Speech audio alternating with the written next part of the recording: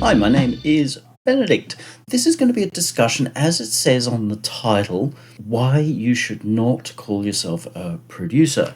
It becomes very, very common in DAWville for people to call themselves producers rather than music makers, artists, composers, whatever it is that they supposedly actually do. And I think that it's a very compelling thing that hides something, and the people who are most taken by that are those most eager to brush it aside. I'm going to present this in layers, in sections, so you can drill down, or if you don't want to drill down, you can not drill down. I do have to raise, if you're going to try and attack me or have a discussion that's not a fair discussion, I will accept points that are not my own, so long as they are presented. But if you're looking to just go, you suck because you're a sucky person because you're suckful, then you will be gone. You're not part of a discussion. You are most welcome to be part of the discussion if you put forward points of view. I would strongly encourage your points of view to be similarly presented to the way that mine are. If you simply want to say, AI is great because AI is the future, dude, that's not a discussion. That is very close to you suck because you're a suckful person. I might let some of those sit if they perhaps present an interesting idea. Mostly they will go. You're welcome to be part of the discussion, but it needs to be a considered discussion. Otherwise, I'll consider you just trying to shoot me in the neck. Too soon? Sorry, but that's the problem with that too. We're going to start by looking at a mix. I encountered this fellow Microwave, or however he might pronounce that, in a Discord around a particular synthesizer. I won't drag that in. He showed this piece. I thought, geez, I really feel like he missed the mark, that he lost the idea in, well, not translation, but in the process. And that's part of what we're going to talk about. Here's an AB, or an ABC as the case may be. This is what I first heard. This is his original master, which I feel is brutally loud and inelegant, bearing in mind what I felt was underneath it. This is an IMO situation, and like everyone else, I'm entitled to my opinion and to present that. It became very apparent here. Like in the first part, I think, oh, okay, there's a pretty idea here, so I could run with it. And then this.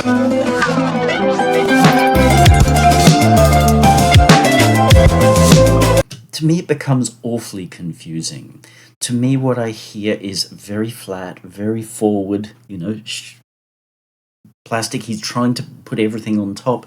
And as a result, he's got what to me are very secondary or tertiary ideas, which I even question why they're there to some extent, which again we'll deal with later, pushed forward so they end up in front of the idea. So I said, look, can I have a go at doing another mix? Because I talked about creating depth and relaxing and helping people follow the idea. He says he did another mix. I think what I'm hearing might be the second mix. I don't remember. I don't spend a lot of time A-Bing people's things. I go with what I feel. That is my role when I'm in the mix or producer chair, which we're going to discuss as we go. So he very kindly sent the stuff over. I have not heard back from him. He's normally been very fast, but I have not heard back from him with regards to what he thought of the mix. I've sent across one where I, after overnighting, made some little adjustments.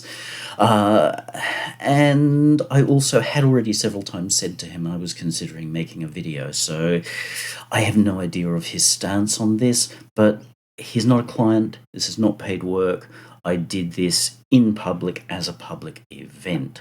So if he decides to be offended, well, I'm sorry. If he wants to take offense, none of this is personal. This is used as a training example for a much deeper issue for which I guess he fell into.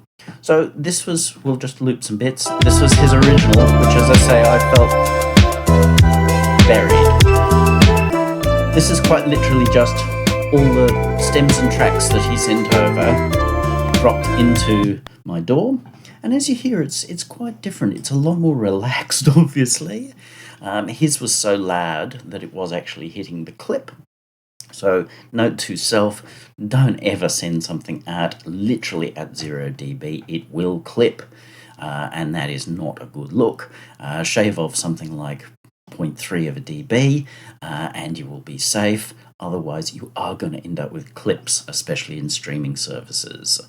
Or they're just going to turn you down. I mean, they would have probably turned him down by 60% or something like that, just at a guess. So that's like shaving off 9 dB on the listen, which is not really a win. So naturally, we end up with a lot quieter. I've added 3 dB here to make it easier to hear. So a lot more relaxed. We'll add 3 dB, that's seeming to be the comfortable amount that I could bring up before it hit the clip, because I deliberately wasn't going to put a limiter or anything across this. So it shows you that there have been a lot of decisions made in coming to that mix. Then we get to my mix.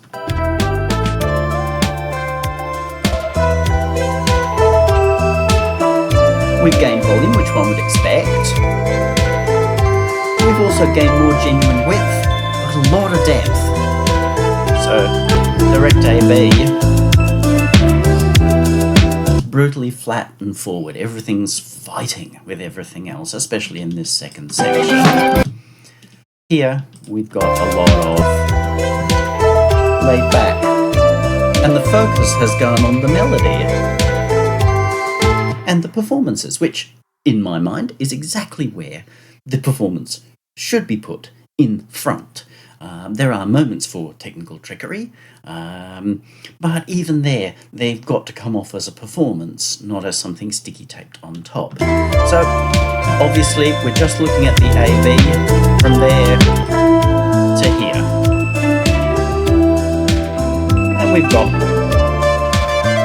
much more comfortable levels. I know people would mix louder than that, but I go for comfortable. I generally look at a crest factor of 12 dB. So the difference between the RMS and the peak being about 12 dB. This side, where we got complex, that to here.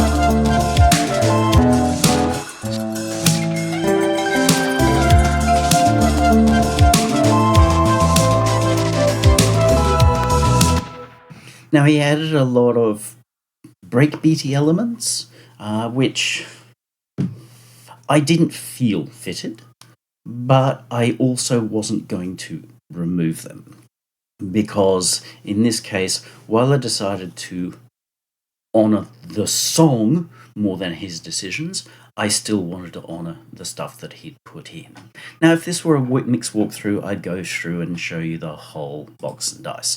I'm not going to do that. I'll just quickly show you through. Okay, you saw these before. We've got a mixer with lots of tracks, quite a lot of tracks, because he sent over drums separated, which in this case I was very pleased for. Often I'm more than happy to get drums as a single thing, but in this case it was really nice, especially to be able to handle these. You see, I separated them out in my mind, called them BOM after the Bomb Squad, Public Enemy's people, because it's amen break stuff.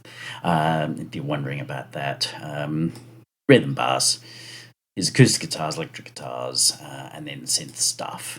So nice and tidy, the usual kind of stuff, but again, we're not going into that. Everything was named, it wasn't numbered, but it was reasonably named in the sense that when you look, so all of that was good. Thank you very much. Over here, when we look into the mix, so we've got all the rhythm bus stuff here. See how we've got, if we look at the little bit here, you see how we've actually got more stuff in the rhythm bus than we do in the melody bus. Pretty common stuff in modern or EDM type things. Not essentially wrong, but it does kind of make me think that there's a bit of a bias or a balance. I don't think that he'd used a rhythm bus. I guess you don't have to, but I think if you are focused so much on rhythm, then you probably got to be wondering why you don't. All his melodic instruments, and then there was just the one sound effect, which I will admit in the sequence I did copy it into the intro, which you will possibly hear, but probably not. The aim was not to make that major. The one thing I would hope that people might note is how little is done. If something's folded up, nothing was done, past probably some EQ. That being the only thing that's done, so there's no extra processing. So I really hope that people just might see, compared to what seems or feels like an awful lot of processing, there's very little going on in here, and I follow by the mixing with your mind adage of minimum volts, maximum output, or whatever it is. It's somewhere in here. Let's see if I can find it. No, doesn't matter. Really doesn't matter. But I aim to achieve the maximum sort of outcome with the minimum amount of work put in. That's not a case of being lazy. Sometimes it takes longer. I mean, putting an OTT compressor on everything probably is very fast because you just make it hit Shitsville and go, no. There can be a little bit more coming back around and around with that. But interestingly, I still tend to mix faster than many other people. It's not about blowing my horn, just simply trying to take note of some things.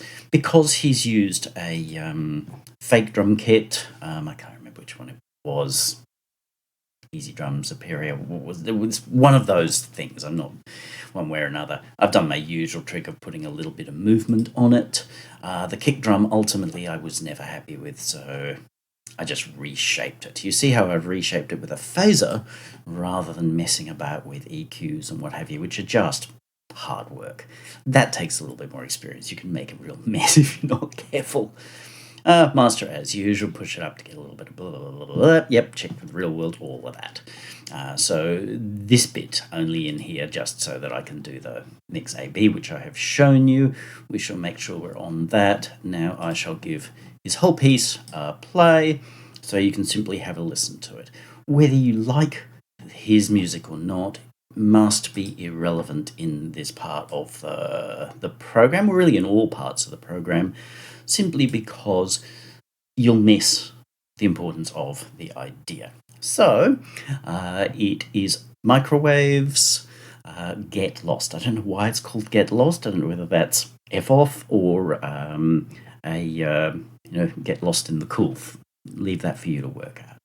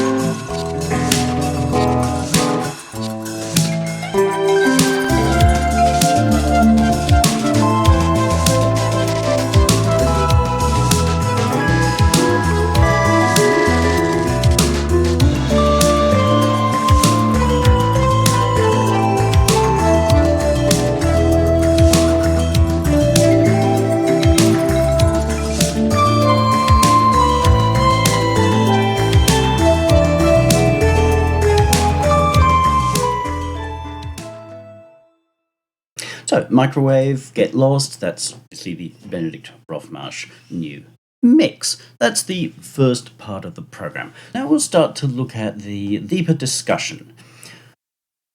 This may not be for everyone, this may be quite challenging for some. Sadly, I think many who would most benefit will choose not to watch their call. This was also in that Discord group. The discussion came up because somebody was asking about wanting to know the real basic stuff about what effects were, how they worked. Great question. I presented some material, but I also warned that it was probably unwise calling himself a producer. So, of course, a few people leapt on that, and it's all the same, and everybody's. You know those arguments that people use. And I said, well, really, probably not, because your focus goes in the wrong place. So ultimately, what I said was, I'm a composer, I'm an artist who self produces. I am not a producer who dabbles in composing. There's a massive difference when you stop and think about this.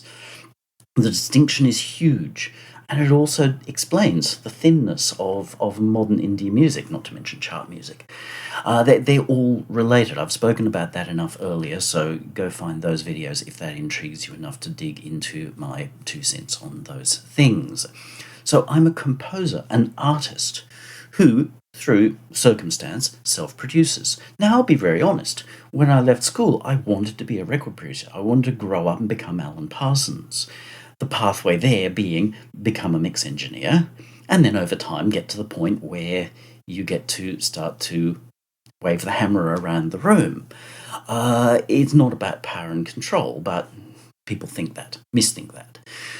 So I went off and worked in a commercial studio for a while, and trained in mixing, working on AM radio jingles. It felt uncool, but there are a lot of things I learned as a result of that. The main things being, you gotta deliver. So I ended up with a far more get shit done approach than the guys in the cool band rooms who would seem to spend hours pontificating on stuff that I just wouldn't spend a second on, because otherwise the boss would say, go to the fridge, take your sandwich, never come back. So perhaps that defines some of my path. And that path, or that duality of approach, is very much echoed in what we have these days. People don't come up under somebody else. They don't come up under a mentor who's saying, get your thumb out of your and get shit done, buddy boy. You are encouraged to just scattergun, grab random stuff from YouTube, where often a lot of those YouTubers are what I refer to as you-boobers, selling themselves under the guise of 10 tips and tricks, and it's all random stuff. There's no sense of collating a path, especially a path specifically for you, for the person who is under tutelage. And most of them don't want to accept that they're under tutelage. In their minds, they rocket straight from playing Guitar Hero to being the master of Garbage Band, and there's a dilemma in that. There's a reason why Chinese or Japanese sushi chefs, go for 10 years before they're even allowed to boil rice. The facts maybe are not 100% correct there. We'll start by defining what is a producer. So I'm going to say they are a record producer. In the very early days, a record producer was like a movie producer. He managed the money and the technicalities. He could quite commonly never be in the studio. And when I say he, it's she, it's giraffe, it's whatever. I don't want to hear that kind of BS. The record producer was the kind of like the money man. They managed the relationships, but they didn't manage the art. In a movie, that's the director. The director of the movie is the one who's actually getting in there and getting his toes wet. But record producer is what it is. And yes, in the early days, they were rather hands-off. But that was because they were mostly working with classical acts. So obviously, the London Philharmonic or whatever under Sir... I've forgotten his name. Isn't that terrible? How disrespectful. My apologies, old ugly dead dude. But Malcolm Arnold, under Sir Malcolm Arnold, was already well rehearsed. So by the time they show up in the studio, they don't need somebody to say to them, you might want to rearrange this. because Bach or Mozart wrote that stuff and they'd practiced it. They went in, they fiddled away, and they left. There wasn't the need for a third ear. Because Sir Malcolm Arnold, the conductor, was already that third ear. He was the record producer of that event. Effectively, the same went for jazz acts because they were so seasoned, they'd already got their arrangements and what have you arranged. Or if they were going into jam in the studio, there's still a strong understanding. There wasn't a need for a third person to say. There may have been people who did that, but understanding that there was a big difference. So then when rock and roll guys come in, the first ones were pretty seasoned, but the more they sort of came in, the less seasoned they were, the less understanding they had of the deeper intricacies of arrangements, as in arranging the bits and pieces of your song in such a way that they were going to make people want to listen again. And because if you don't make them want to listen again, well, it doesn't matter how amazeballs you were at the 47 minutes of twiddling, people aren't coming back, your single is not going to sell, you're done. So a record producer is the third set of ears in the room. The first being the artist, they're in the booth, and I'm cribbing from a fellow called Data Broth and what he wrote, which was great. He actually beat me to it, and what he wrote was really good. The artist is in the booth, doing. The mix engineer, well, really at that point they're a tracking engineer who might go to become the mix engineer, but often not. Not in the high end of the world. The tracking engineer is tracking. The producer is leaning against the console or sitting in the back of the room or whatever, but they're there and they're applying a different kind of ear. The tracking engineer is designed to track or to tell whether he's blowing the levels. He's designed to handle the technical stuff. The record producer, they're there to think about, is this working? Does the transition from the 13th verse to the 45th guitar solo really benefit the intended audience for this song? If so, if it's yes, great. Go at it. You know, I'm not sure we've got enough verses. We definitely don't have enough solos or key changes. But if it's a 3-minute song, if it's Roy Orbison, then he's probably going to have to say, hold up there, Mr. Orbison. Hold up there, Swampers. We need to reassess this because it's not going to fit in 3 minutes. I don't think we're going to get this on the radio. That's his job. So it's the third person in the room. And as he pointed out, if you are doing this yourself, then you haven't got that third ear. You can try to be, and to some extent you can get better at it. But there's always that thing, you're not the third ear, so you shouldn't call yourself that. Because if you're the one who's writing the music, writing the book, making the art, playing it or whatever, you're in one space, which is not the space of the record producer. So the question is, why have we had a term creep? When I sold cars, the term was model creep, where people buy a poverty pack and then start sticking stickers and bits of body kit on it and alloyed wheels and mags on their car, and even wrong badges, putting top-of-the-line badges on their car. Manufacturers quickly learned that they had to discourage this. They had to make it stupid expensive to stop people from buying a poverty pack and turning it into an expensive version of the car, because people would buy these things used thinking they'd got the real thing, thinking that they'd got a real powerful Corvette, when in actual fact they'd got a Crown Vic. Not that there's any way to turn one into another, but you got to understand the thing. So we ended up with term creep. My take for what happened, because it happened in my lifetime, is that it came mostly from and I'll just use the term rap hip-hop community, where the producer was the most powerful person in the room. So when you're dealing with, I don't know, Dre, or someone like that, what they say goes. If you don't go with what they say, that's it, son, you're done. If Eminem wants to have a fist fight with Dre on his first meeting in the studio, Dre just simply goes, F you, you're done. And so there was a desire suddenly for everybody, because it's part of, well, that culture, and I'm not trying to cast aspersions, but it's the only way I can present this under what I saw happen, is that because their culture is of being the most powerful person in the room, think gangsterism, then they quickly took to turn calling themselves the producer. Also, because there were often young guys coming into the room because the band wasn't hiring a real producer.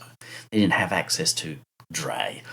The guy who was, well, watch 8 Mile. The guy who takes Eminem into the studio calls himself a producer. He's not shit, really. And that happened. It was the desire to seem like the most powerful person in the room. So it made it very attractive, and suddenly everybody said, oh, I'm the producer. Also, because they didn't have a record producer, and they felt like, well, I'm doing absolutely everything, so I'll take the biggest name term. Part of the same thing. I'll the most powerful person in the room. I'll call myself a producer rather than composer. Some of this may be a Freudian slip, in the sense that because so many of them had no idea what they were doing, some of the guys in early house music actually could play guitar and what have you beforehand. They switched horses. But many of them had no idea. They were making stuff up as they went.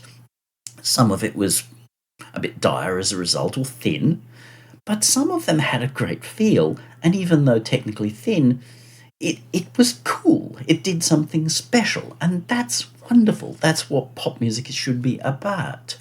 And I think they felt bad that they knew they didn't really know what they were doing. They didn't know how they got there. So it was cooler to call themselves a producer. It felt more comfortable. It felt more honest, as well as this most powerful person in the room. So I differentiate. I say, well, there's a producer. I'll either write that properly spelled, producer, or fully spelled, as in record producer, versus what I call a producer, as in Produca, deliberately using this sort of slang vernacular kind of wibble talk, because I think it represents there is a fair difference between a real producer, a George Martin, an Alan Parsons, a Rick Rubin. He's a real producer. It doesn't matter whether you like his work or not. A lot of the bands that he's produced, I don't like their records, but he is a real producer, versus the chair dancing kind of whatever. People, they say, why does this matter? Well, I say it does matter. And the argument that I used in the Discord with the first guys who were like, was that, you can choose to call a spade a lava lamp. That is your business. You may do this. But if you need to dig a hole in the backyard and you ask somebody else for a lava lamp, who looks silly now? There's a reason why we put terms to the things. There's a reason why the English language is the way that it is. In certain ways, it's a bit of a basket case. And we have like 47 different words for trousers. Well, maybe not. But the idea is that each one brings a slightly different nuance. So the producer, record producer, as I've shown, has a real nuance to it. The record producer is the third set of ears. So you can't have a third set of ears because you are in the recording booth or on the mixing desk. Having a third set of ears is technically possible, but it's very few people who can do that, even top of the pile people. Eddie Van Halen was a smart guy. He knew how to fly a fader as well as his V, as I often say. But the thing is, there are producers on most of his records. The greats have producers, even though Ted Templeman ended up not being as involved in 1984 as he should have been. Ultimately, there was still a producer there. There was still somebody probably saying, Eddie, you can't do that. Maybe he got to the point where he was able to do both, but most of the time he did not. That tells us something. Why this matters is because what caused the term creep, are driven by fear. Those 2 points that I raised. The most powerful person in the room. Why do you need to be the most powerful person in the room? There's only one answer for that, because I'm afraid that some other mofo is going to bust a cap in my a-hole. That's fear. I need to call myself a producer rather than a musician, a composer or whatever, because I'm afraid I'm not really that. I'm just gluing stuff together, that's still a fear thing. While, if carefully explained, that can be valid enough. I do impressions of music. I started out that way. As I said, I wanted to be a mix engineer. I fell into composing because I found myself in a situation where I couldn't work on other people's music. It was like, well, I have to create some music to do this stuff. But I quickly worked out that I had to separate the bit where I was putting notes in a sequencer from the bit where I was judging those. And I work as hard as I can to do that, but if Mr. Parsons came in behind me and said, "Gee, Benedict, can we do this?" I would listen to him. So fear is what drives this, and fear is a problem, because art requires courage. If you do not have courage, then you will not be delivering art. You will deliver dross. Garbage.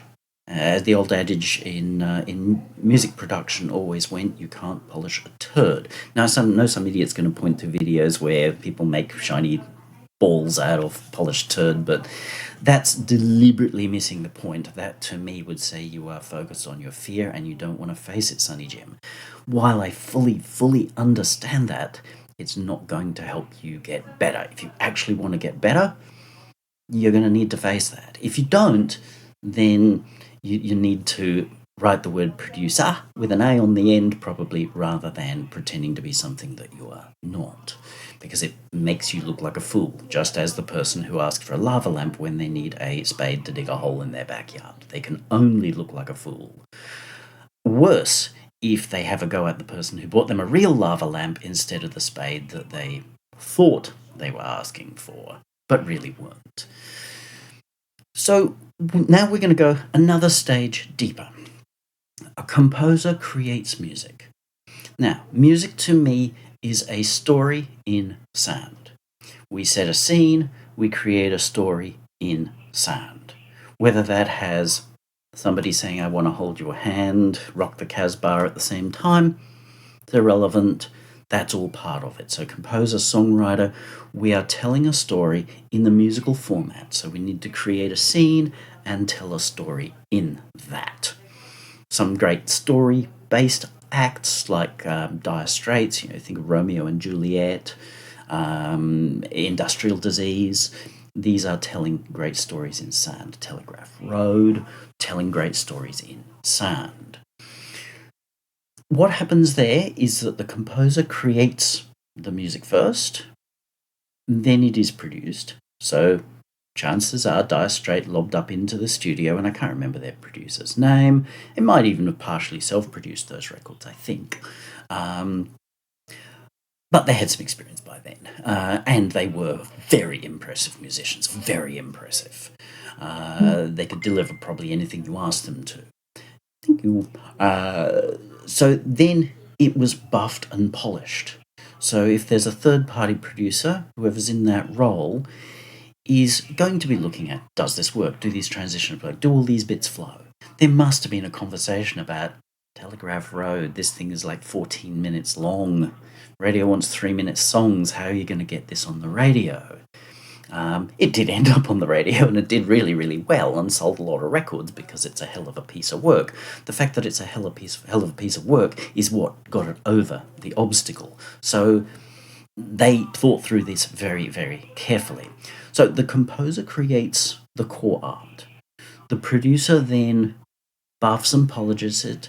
The post-producer, which is what it's called in film, takes those performances and then shinies and polishes those as well. So that's your mix, your master, and all of that stuff. But none of that should be done until there's actually a viable work of art, which is the composition, arrangement, and then the performances.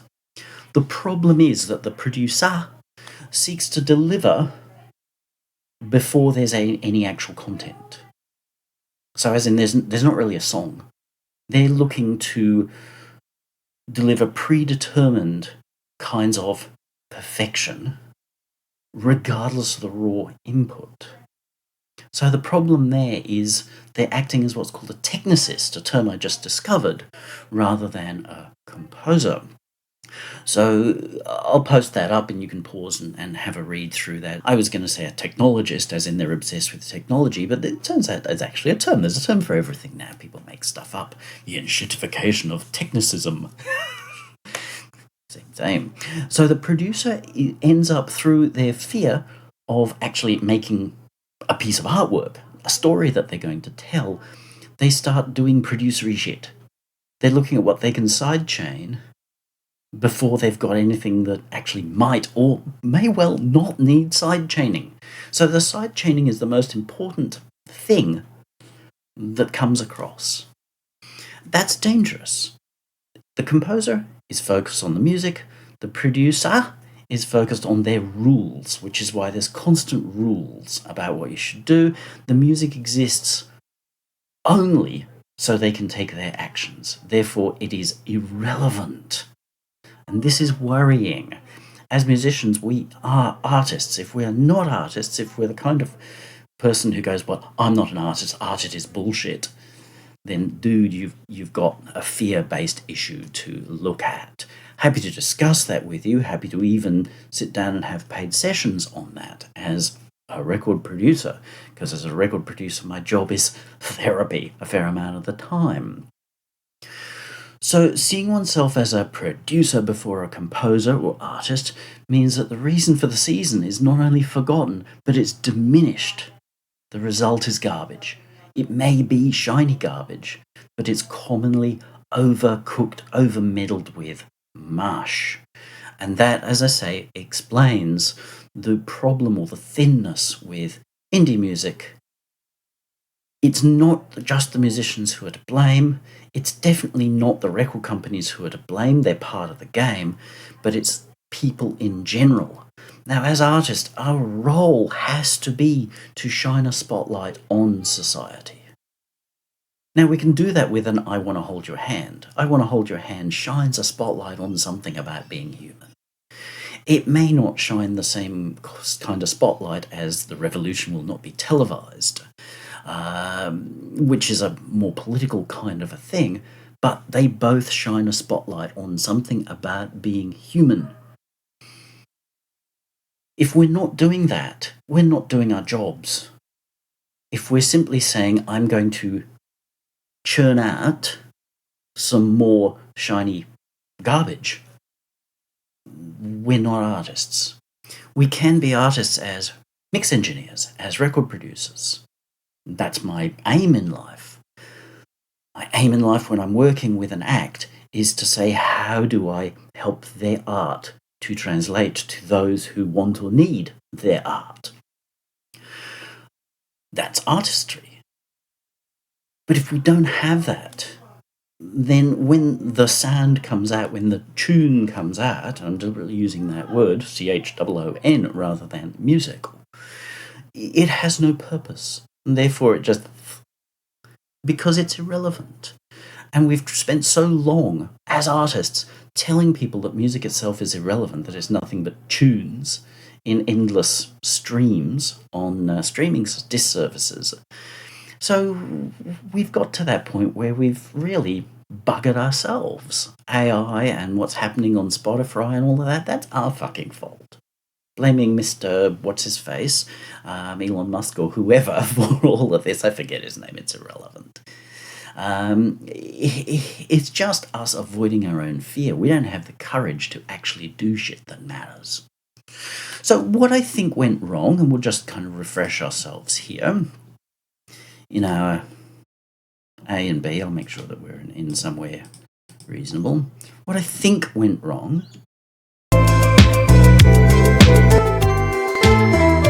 between here, flat, brutal, and then just messed up and ugly, versus maybe a bit complex, but focused, and I'll definitely say beautiful. I think there's a very pretty idea in here, and is far more prevalent here than here. So to say, what went wrong between here and here? Here being just an idea. He had this idea.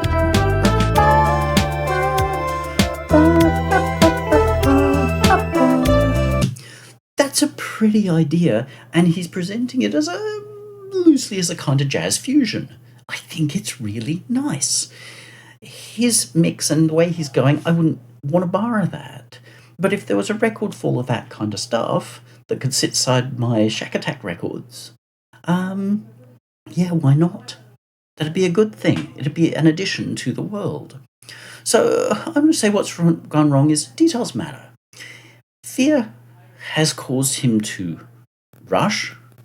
The piece is only 2 minutes long, and I ended up putting a fade in it because it just stops. So by rushing, he's not finished writing the piece. So he's not stepped back to say, either as a composer or a record producer, is this ready? He's got one idea. There is a second idea in this bit. The transition is probably a little prog rock.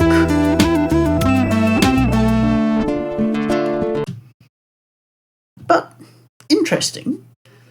But there's no sort of expansion on it. He restates his idea here, but his addition to that, where it's grown, is he's actually brutalizing his idea, which you hear here.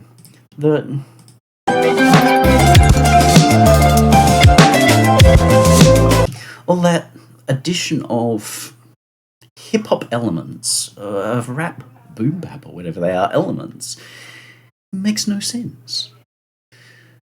Another concern is that at performance time, there are some issues with timing.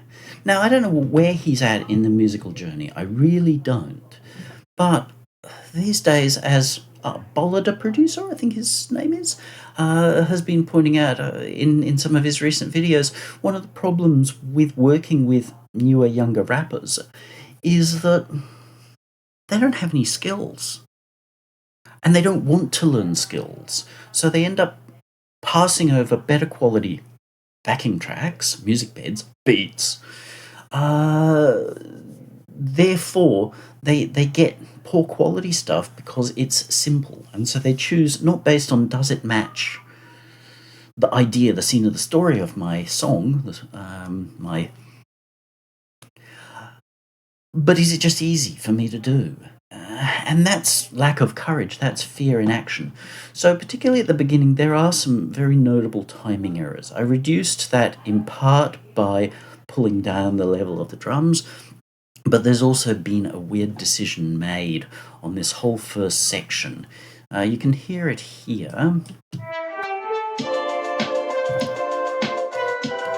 For something that's a beautiful idea, it's presented from the very first second as being uglified, as I'm going to be too cool for school.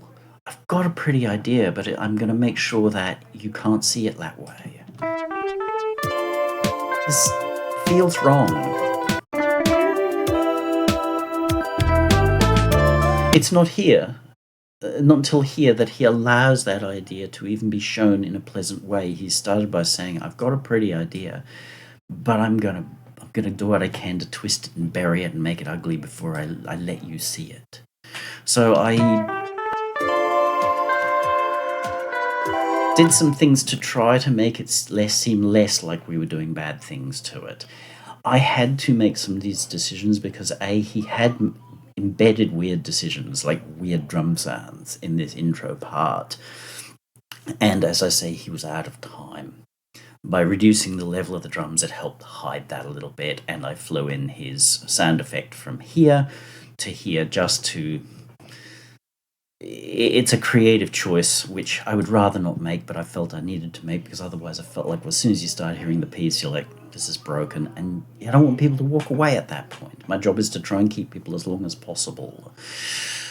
So timing was an issue, so it means that there was a lack of time put into being able to play this better. Again, I don't know where he is. I'm using this solely as an example for what I see over and over. I understand the desire to rush. I rush into things too. But if there were a third ear in the room, they might say, let's just go over this and get this right. Otherwise, it's not going to come off the way you want it to. And if the act goes, fuck you, I'm not doing that, then, well, the producer and therefore the record company are going to leave the room. Which means that the act is going to say, yeah, this sucks, this is a challenge, but if necessary, I'll come back next week and we'll get it right, because getting it right matters. So, rushed because he didn't finish the writing. But he's rushed because he didn't finish the practice to be able to play it nicely in time, because it needs to be in time. This kind of fusion where you've got several instruments playing lockstep it's a thing. It's a thing in fusion. And when you're Steely Dan, it's brilliant. When you're not Steely Dan, it's a bit... It's not terrible, but it's there and it's off-putting, and he should have noticed this. A producer would have noticed this, like a real producer. But producers, that mindset doesn't, because they're rushing forward to mixing and what have you. Again, I don't know his process here. That wasn't answered. There may have been an answer come in whilst I've been doing this, because I've had a couple of pings. So, didn't finish writing the piece. There was no arrangement here. All his pieces seem super short, and that's really very common. And what's really, really very common is a lack of ending. So if we listen to this, that's not an ending. There's not even some sort of weak cadence, let alone a strong cadence. It's just the loop stopped. Maybe this was composed with, I played this once and looped it. I don't know. So in my version, I said, well, okay, we'll make it sound like an edit. So it's deliberate that we're saying this is what we're doing, rather than just letting it, like pooping it out and walking away, because that's not going to make people want to come back. And for this bit and this bit where it's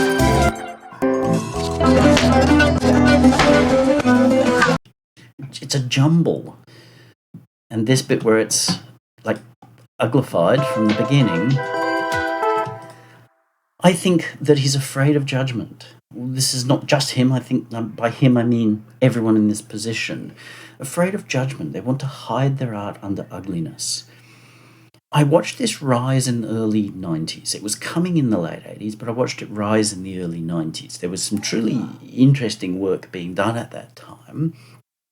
But a lot of the time, there was this real push, which has only got worse, for anything that was pretty was like, that's not cool, man. And they throw out everything, including their own heritage. Like, modern rappers seem to want to throw out Grandmaster Flash, Public Enemy. I've even seen them throw out Eminem, and it's like, whoa, that's your dad. It's not your great-grandfather. It's not your godfather. It's your dad. This is disturbing. I know every generation wants to toss out what came before, but dude, it's worrying. So there's this making things ugly. Why would you need to make them ugly? And I'm not talking about Black Sabbath or that kind of ugly. There's a beauty in that sort of stuff when it's done well. When death metal's done well, there can be a beauty in it. So I'm not just saying that kind of ugly. I'm saying that this messed up kind of, I had a pretty idea and then I set out to mutilate it. That's why would we do that?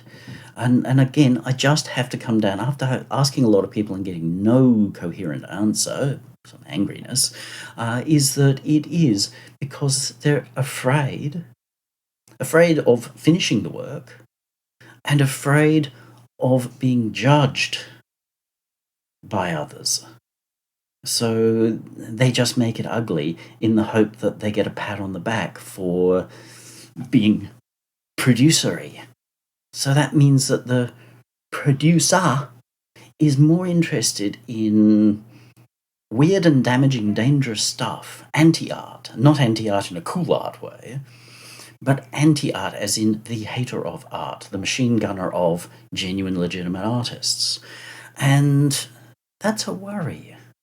The terrorist is not an artist. They might try and pretend that they're an artist with the machete, but they're not an artist. They're simply a destroyer. And modern artists, the modern indie artists themselves, more often than not, is a kind of terrorist on art. and not for a greater reason other than I am afraid. And while I understand that fear, I get abused with my art. I get people telling me I have no idea what I'm doing. I get people who judge me on everything but what I did. And it's all about them. But I still keep doing it because it matters. It matters to me, at least. Therefore, I think it has to matter to the wider universe. Otherwise, why the hell would have it made me this way? So, a complex challenge, and I don't think this one video is going to change what we see, but don't call yourself a producer unless you really are a record producer. If your name is Rick Rubin, yes, you are a record producer. But if you're a guy who's making music, whether that's random loops or rewriting your version of Hotel California, you are a composer, you're a songwriter, you're an artist. Yes, at some stage, someone's going to have to turn around and do the mixing. And maybe that's going to be you. But so long as you are thinking of yourself as the most important person in the room, you're going to see everyone else as a threat. So when someone else comes along and says, hey, what about this? I think we can better hit your mark with this. You're going to go, fuck you, you're an idiot, and you're a fucking this, that, and... Is that rational? Just as the person who renamed a spade a lava lamp is going to yell at the person who bought him a lava lamp. You're a fucking idiot, because you don't fucking know fucking this and fucking, you're clueless fucking... As I said, nobody wins with that. So reassess. What do you do? If you're a guitarist who writes songs and sings them, great, that's what you are. Be that. Be honest. Audiences are far more interested in hearing a guitarist or a songwriter, especially a singer-songwriter, than they are in a producer. If Rick Rubin were to release a record of himself playing guitar or whatever it is he thought he might be good enough to do, then his name would be Rick Rubin on it as the artist. It wouldn't be Rick Rubin, the producer. Which is why, where I credit my own work, it is compositions, sounds, arrangements, mixing. And if I write the word production, by Benedict Roff-Marsh, it's at the end. So on Dark Side of the Moon, producer Alan Parsons is at the end of the list, not at the beginning of the list.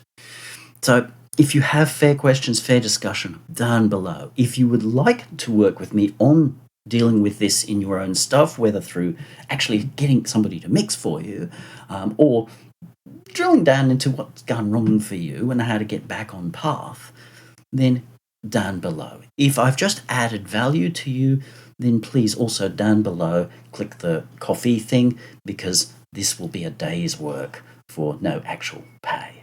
Thank you, get out there, you have fun.